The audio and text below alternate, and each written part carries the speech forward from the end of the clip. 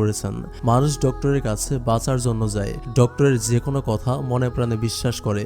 আমরা যখন অসুস্থ হয়ে পড়ি তখন আমরা ডক্টরের কাছে যাই, ডক্টর যেভাবে যে টেস্ট করতে বলেন সেভাবে সেই টেস্ট করি। পৃথিবীতে বাবা মায়ের পরে আমরা সবচেয়ে বেশি বিশ্বাস করি একজন ডক্টরকে। অসুখ হলে আমরা পয়েন্ট বাই পয়েন্ট ডক্টরের কথায় চলি, কিন্তু অনেক ক্ষেত্রে অনেক ডক্টর রোগীর ভালোর চাইতে নিজের স্বার্থটাকেই বেশি গুরুত্ব দেন।